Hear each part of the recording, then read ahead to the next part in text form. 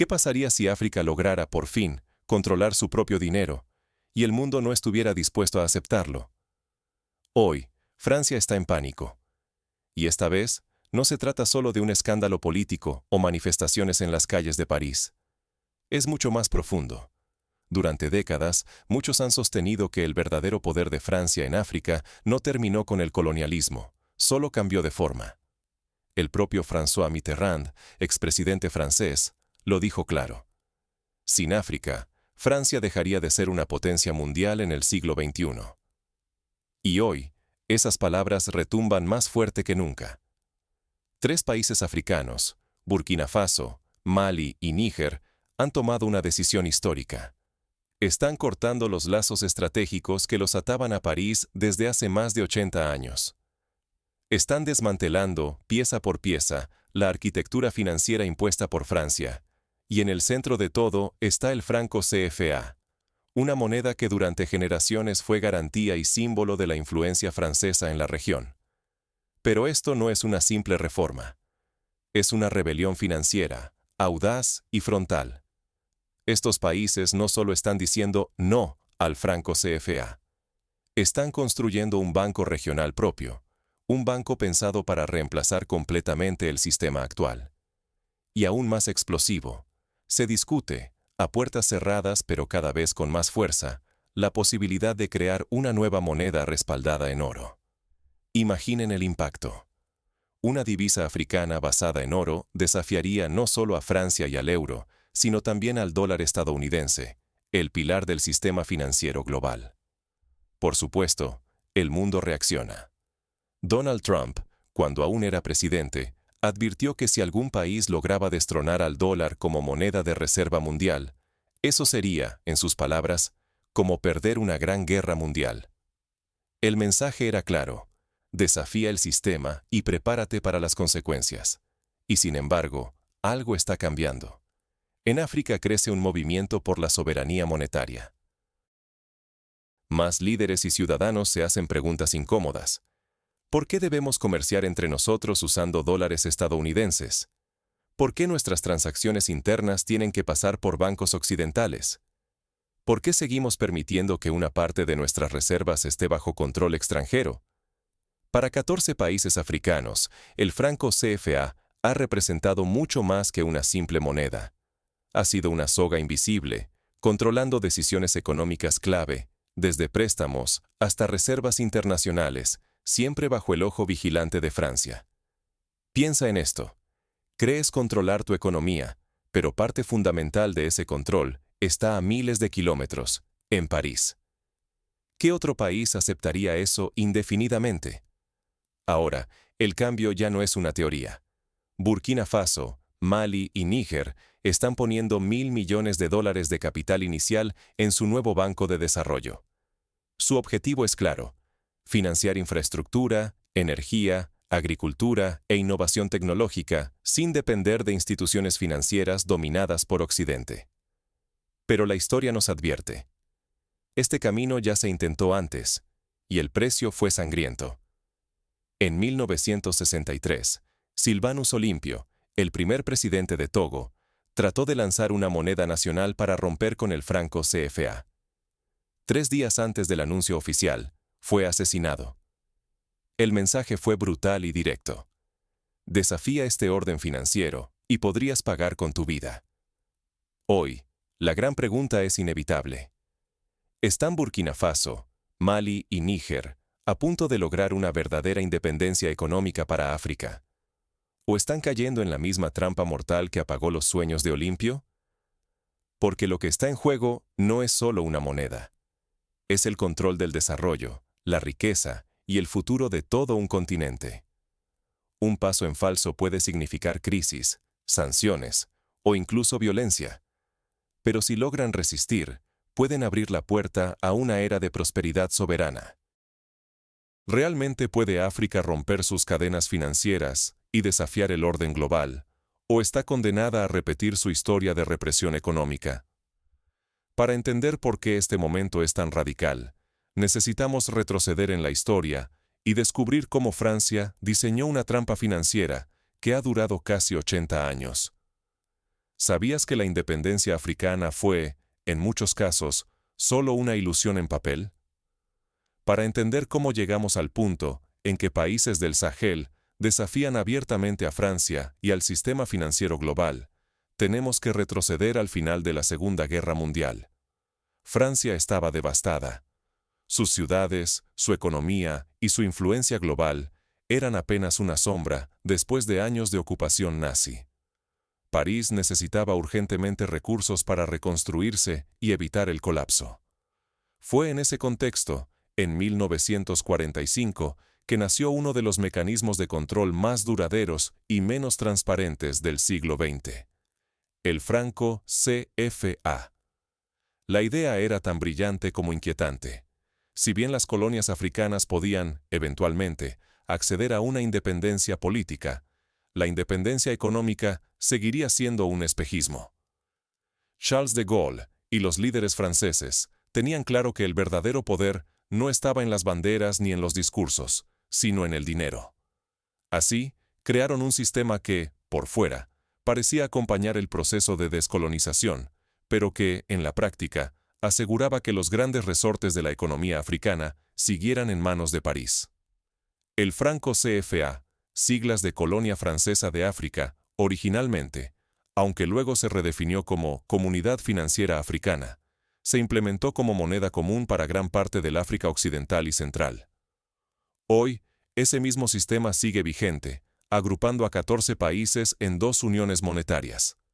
En África Occidental, Benín, Burkina Faso, Costa de Marfil, Guinea-Bissau, Malí, Níger, Senegal y Togo. Y en África Central, Camerún, República Centroafricana, Chad, Congo, Guinea Ecuatorial y Gabón. Pero ¿cómo funciona realmente este sistema? Durante décadas, los países miembros han estado obligados a depositar una gran parte de sus reservas de divisas, históricamente, hasta el 50%, en el Tesoro francés. En otras palabras, aunque la moneda circula en África, el control, la gestión y las decisiones clave se toman en París. Francia proporcionaba garantía de convertibilidad, pero a cambio, aseguraba que estos países no pudieran emitir dinero o financiar infraestructura sin el visto bueno de sus ex-administradores coloniales. Las reformas, aunque anunciadas con bombo y platillo en los últimos años, han sido más bien cosméticas. Se han ajustado porcentajes, cambiado algunos nombres, prometido consultas, pero la autonomía real sigue siendo una promesa incumplida. A los ojos de muchos africanos, el control parece haber cambiado de rostro, pero no de manos. Para aterrizar lo que esto significa en la vida cotidiana, imagina a un minero de oro en Malí. Extrae el metal de su propia tierra, lo vende al extranjero, pero el dinero de esa venta, el verdadero fruto de su trabajo, pasa antes por bancos y sistemas vigilados desde Europa. Gran parte de esas reservas terminan gestionadas en cuentas del Tesoro francés. De hecho, hasta la decisión final sobre en qué se invierte el dinero, qué reservas se usan para desarrollo o cómo se financian hospitales e infraestructuras, sigue atada a los intereses y regulaciones de París. Y si esto te suena a historia antigua, conviene recordar que el sistema ha demostrado su poder con medidas tan inesperadas como devastadoras. Por ejemplo, en 1994, Francia devaluó el franco CFA en un 50% de la noche a la mañana, sin consulta real con los líderes africanos. Imagina que vas a dormir con tus ahorros intactos y amaneces descubriendo que valen la mitad. El costo de la comida, la gasolina, los medicamentos, todo se duplicó de un plumazo. No fue una guerra, ni una crisis de mercado. Fue una decisión tomada a miles de kilómetros por funcionarios que nunca sintieron las consecuencias directas. Y cuando Francia adoptó el euro, simplemente ató el CFA a la nueva moneda, manteniendo la misma lógica. Estabilidad, sí, pero también una fortaleza artificial que limita la competitividad y el crecimiento de las economías africanas. El resultado es que, en la práctica, la soberanía de estos países sigue siendo limitada. Pueden elegir presidentes y cantar himnos nacionales, pero las palancas verdaderas de su desarrollo, los resortes del crédito y la inversión han estado siempre fuera de su control. Es como si cada paso hacia adelante dependiera de una luz verde que no se enciende en Bamako, Dakar o Ouagadougou, sino en París o Bruselas. Por eso, lo que está ocurriendo ahora es tan explosivo. Por primera vez en décadas, el desafío no es tímido ni está maquillado. La Alianza de Estados del Sahel ha decidido romper con el pasado, crear sus propias instituciones financieras y reclamar un control real sobre sus recursos. Pero surge la gran pregunta: ¿por qué arriesgarse ahora? ¿Y cuál es el precio de desafiar un sistema que ha castigado con dureza a quienes se atrevieron antes? Eso es lo que exploraremos a continuación. Retar a las potencias nunca fue inofensivo. La sangre de Olimpio y el aislamiento de Guinea lo demuestran. La historia de África está marcada por líderes que se atrevieron a desafiar la arquitectura financiera impuesta desde París y Occidente, y pagaron el precio más alto. Silvanus Olimpio, primer presidente de Togo, fue asesinado tras intentar establecer una moneda nacional que rompiera con el franco CFA. Y Ahmed Sékou Touré, en Guinea, eligió la pobreza en la libertad antes que la riqueza en la esclavitud, provocando la retirada abrupta de Francia, el aislamiento diplomático y una década de estrangulamiento económico. Estos no son simples episodios del pasado. Son advertencias vivas para quienes hoy se atreven a romper amarras. Porque, históricamente, desafiar un sistema financiero impuesto ha traído consecuencias concretas y dolorosas. Abandono, sabotaje, sanciones, incluso la muerte. El mensaje fue claro durante todo el siglo XX. Quien se rebele será castigado. Aún hoy, el control de Francia sobre el CFA no es solo simbólico, es estructural. Pensemos en la devaluación del CFA en 1994, una decisión tomada en París, sin el consentimiento de los líderes africanos. De un día para otro, el valor del CFA se redujo a la mitad. Imaginen acostarse con sus ahorros y despertar descubriendo que han perdido el 50% de su valor. El costo del arroz, del pan, del combustible, de las medicinas, todo se duplicó. No fue una crisis de mercado ni una guerra. Fue una decisión política y monetaria a miles de kilómetros, cuyos efectos pagaron millones de familias africanas. Mientras tanto, la fortaleza artificial del CFA, atado primero al franco y luego al euro, ha beneficiado principalmente a los exportadores europeos. ¿Por qué? Porque una moneda fuerte hace que los productos importados sean baratos y atractivos, facilitando que mercancía europea inunde los mercados africanos. Lo contrario ocurre con los productos africanos. Encarecidos, pierden competitividad internacional. Resultado: la industrialización local se vuelve cuesta arriba, la agricultura sufre y la dependencia se perpetúa. Y no solo hablamos de moneda. Detrás de la fachada de cooperación, hay contratos, concesiones y acuerdos que han favorecido abiertamente a empresas francesas durante décadas. El caso de Areva, ahora Orano, y el uranio de Níger es emblemático. Mientras Francia abastecía sus plantas nucleares y aseguraba energía barata, la mayoría de la población nigerina vivía sin acceso básico a electricidad. La riqueza africana fluye, pero rara vez se queda. Así, en lugar de impulsar el desarrollo local, el sistema CFA y la estructura de contratos han alimentado un ciclo de salida de capitales. Fondos de ayuda que regresan a Francia vía adjudicación de obras a empresas galas, recursos naturales que se exportan sin transformar, y fortunas que acaban en cuentas offshore fuera del continente. Entre 1970 y 2010, por ejemplo, Costa de Marfil vio salir sumas multimillonarias de su economía. Situación parecida en Gabón, Camerún y en las naciones petroleras del Golfo de Guinea. No es solo una cuestión de historia, es un mecanismo que sigue operando. Incluso cuando los líderes africanos han intentado negociar un trato más justo, las tensiones diplomáticas han salido a la luz.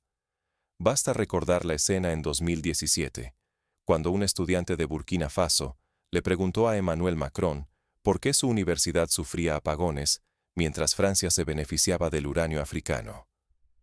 La respuesta de Macron, quitándose el peso de responsabilidad y bromeando sobre el presidente burkinés, se hizo viral. Para muchos jóvenes africanos, ese momento resumió el hartazgo. Independencia política sin soberanía económica es solo una ilusión. Y si alguien tenía dudas sobre la magnitud de esta relación desigual, las palabras del expresidente Jacques Chirac resultan elocuentes. Una gran parte del dinero que circula en Francia vino, sin duda, de la explotación de África. No lo susurró, lo dijo en público. ¿Qué legitimidad puede reclamar hoy la influencia francesa si hasta sus propios líderes admiten la raíz de esa riqueza? Pero no solo Francia está en juego.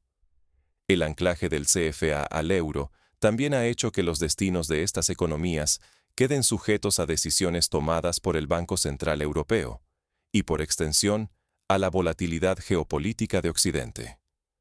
Cualquier intento de autonomía implica hoy el riesgo de sanciones, presión diplomática, aislamiento del sistema financiero internacional y, sobre todo, fuga de capitales. Los bancos occidentales pueden cerrar el grifo en cuestión de días. Los mercados pueden castigar con devaluaciones y restricciones comerciales. La pregunta que muchos se hacen es, ¿vale la pena arriesgarse? Porque el precio de la independencia, ayer y hoy, puede ser el estancamiento, la pobreza o la desestabilización política. Un error podría condenar a generaciones enteras a una nueva dependencia, disfrazada de soberanía.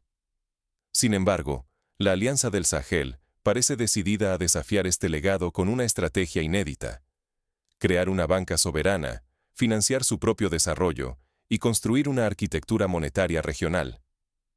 ¿Ahora sí será diferente? ¿O estamos condenados a repetir el ciclo? En el siguiente bloque, analizamos cómo este plan pretende romper, de una vez por todas, el viejo yugo financiero, y si realmente existe una ventana histórica para lograrlo. Por primera vez, el dinero se queda en casa, y los grandes proyectos ya no dependen de una luz verde desde París, Washington o Bruselas. Esta es la diferencia fundamental que estamos viendo hoy en el Sahel, donde la ruptura de los lazos financieros coloniales no es solo un símbolo, sino una estructura que ya empieza a operar. Hablemos claro. El BCIDAES, el Banco de Inversión y Desarrollo de la Confederación de Estados del Sahel, no es solo una promesa. Está funcionando, financiado con el 5% del ingreso fiscal de cada país miembro. Ese pequeño porcentaje, aunque no parece mucho, representa una ruptura histórica. Por primera vez, los recursos fiscales de Burkina Faso, Malí y Níger no salen automáticamente hacia cuentas en Francia o al BCE. Ahora, estos fondos impulsan proyectos en infraestructura, energía, industria y tecnología, sin pedir permiso ni ajustarse a una lista externa de condiciones previas. Es aquí donde la jugada se vuelve estratégica.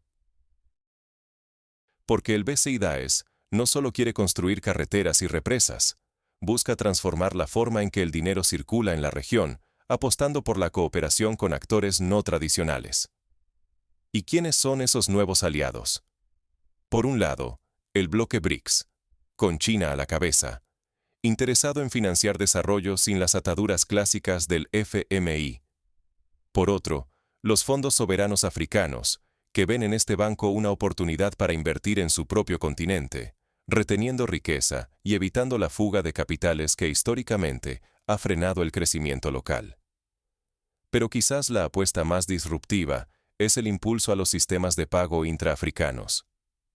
Salir de la órbita del dólar no es solo una cuestión de orgullo, es una decisión económica. Cada año, África pierde hasta $5.000 millones solo en comisiones y costos derivados de usar monedas extranjeras para comerciar entre países vecinos. Reducir esa sangría permitiría financiar hospitales, escuelas y energía renovable, en vez de enriquecer a bancos en Londres, París o Nueva York. Esta vez, la visión no es solo política, sino técnica. Como repite Troaré, uno de los arquitectos detrás de este nuevo modelo. La soberanía no es un discurso, es infraestructura, es moneda y es control del flujo de capital. Porque sin un sistema propio, y aquí la lección histórica pesa, ningún país puede tomar decisiones realmente libres. Basta recordar el caso de Níger y su uranio. Durante décadas, el mineral alimentó la red eléctrica francesa, mientras la mayoría de los nigerinos vivía a oscuras. Nacionalizar activos y controlar el dinero es la única forma de revertir ese tipo de paradojas. Ahora bien, el camino está lleno de riesgos.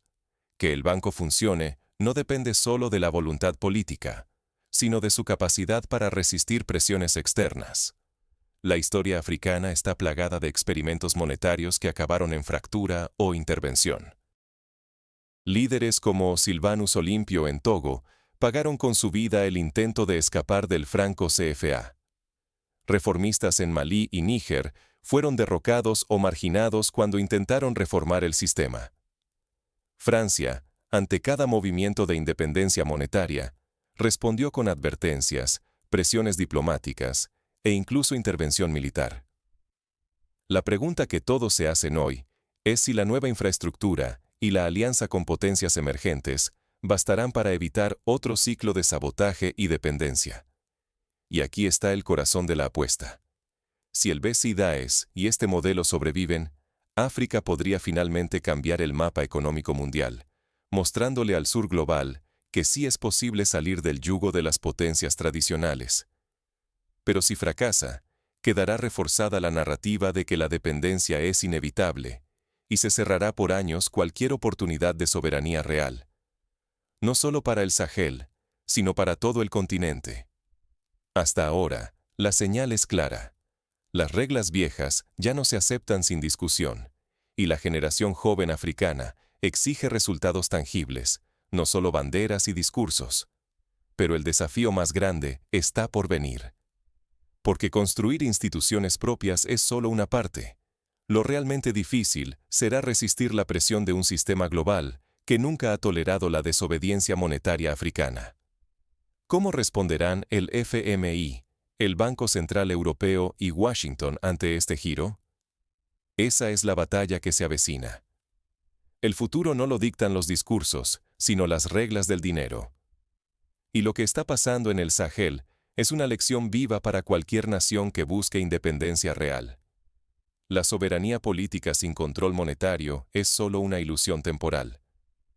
Veamos lo que puede aprender el resto del mundo del experimento radical del Sahel. Primero, el ejemplo es claro. La nueva independencia africana se juega en el terreno de la moneda y el crédito, no en asientos diplomáticos ni en declaraciones rimbombantes en la ONU.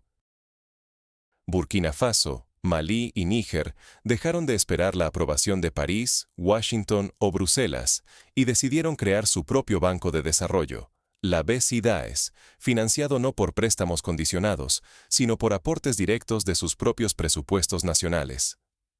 Esto no es simbólico, es estructural. Cada país pone el 5% de sus ingresos fiscales directamente en un fondo común para infraestructuras propias, en vez de hipotecar el futuro a cambio de créditos extranjeros, atados a recetas de austeridad y control externo. La segunda lección es la apuesta por reservas y activos africanos. El Sahel está construyendo un modelo donde el respaldo real de la economía ya no es una promesa en papel, sino recursos tangibles: oro, minerales estratégicos, energía. Este anclaje a riqueza real fortalece la moneda, reduce la volatilidad y da una base sólida para el desarrollo regional. Y, lo que es más importante, es un modelo que otros países pueden replicar, siempre que se animen a priorizar el valor local sobre la dependencia externa. Pero atención, la independencia financiera no significa aislarse. Se trata de elegir alianzas que respeten la soberanía. Por eso, el Sahel busca conexiones con los BRICS, acuerdos con China y cooperación con fondos soberanos africanos. El mensaje aquí es que se puede colaborar sin entregar el timón, trazando una línea clara entre cooperación y subordinación. Eso sí, el riesgo es real. La historia africana está llena de ejemplos donde intentos de soberanía monetaria terminaron en sanciones, bloqueos, presiones diplomáticas y hasta crisis políticas.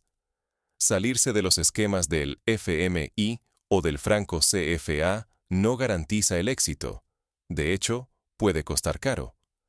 Pero como lo repite Ibrahim Traoré, el líder que hoy encarna esta visión, el precio de la libertad no es la sumisión a la deuda eterna, sino la capacidad de resistir y sacrificar comodidad por un futuro autónomo. La soberanía, dice Traoré, no es un discurso, es infraestructura, es moneda, es controlar el flujo del capital. Es el tipo de liderazgo que no busca la foto en París, sino que aparece en uniforme, hablando sin rodeos y apostando a cambios estructurales, no simbólicos. Para los reformadores africanos y demás ciudadanos vigilantes, la gran lección es doble. Por un lado, este modelo puede inspirar a otros a construir sus propios mecanismos de financiamiento y a pensar el desarrollo desde adentro. Por otro, nadie debe subestimar los obstáculos. Sin una visión clara, una disciplina fiscal férrea y alianzas inteligentes, el experimento podría fracasar y reforzar la narrativa de la dependencia como única salida. Pero si funciona, podría transformar para siempre cómo África y otras regiones financian su desarrollo y negocian su lugar en el mundo. En última instancia, el costo de desafiar el statu quo es grande, pero el potencial de redefinir el destino económico de generaciones es aún mayor. Ahora la pregunta es inevitable. ¿Estamos presenciando el nacimiento de una nueva era africana o simplemente una nueva vuelta al ciclo de dependencia?